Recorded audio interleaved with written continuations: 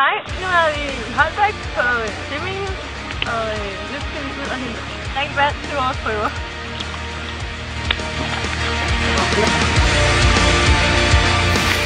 Vi akvarien op på 9 akvarier med 10 liter i hver akvarie.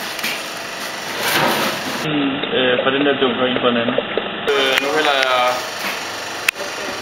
10 liter vand op i hver akvarie fra 2 forskellige dunke. Sådan så vi ikke risikerer, fordi hvis nu en af os har stået lige ved en algestrøm, så vil der være meget flere alger i et af karrene end i de andre kar.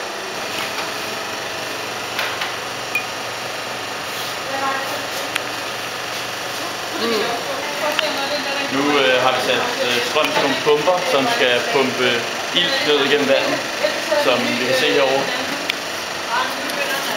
Det skal simulere den omrøring, der sker ude i det virkelige hav. Vi er ude og samle muslinger i 2 forskellige størrelser. Vi skal bruge til forsøg. Ja, det er faktisk ret smart.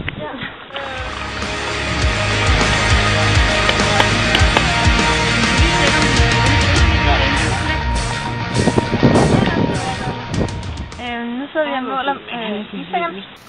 Og vi har valgt dem i lidt forskellige slags størrelser. Og inddeler dem i 2 kategorier.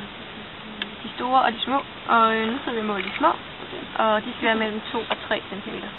Og nu har vi puttet et filter på, så vi kan opfange klorofyl, og og der er magnet i. Ja, så man bliver lidt forskrækket. Vi har nu været over hos muslingerne og samlet vand på derovre, og det vand, det måler vi på nu. Vi filtrerer vandet og finder igen klorofylindholdet, som vi senere skal måle på.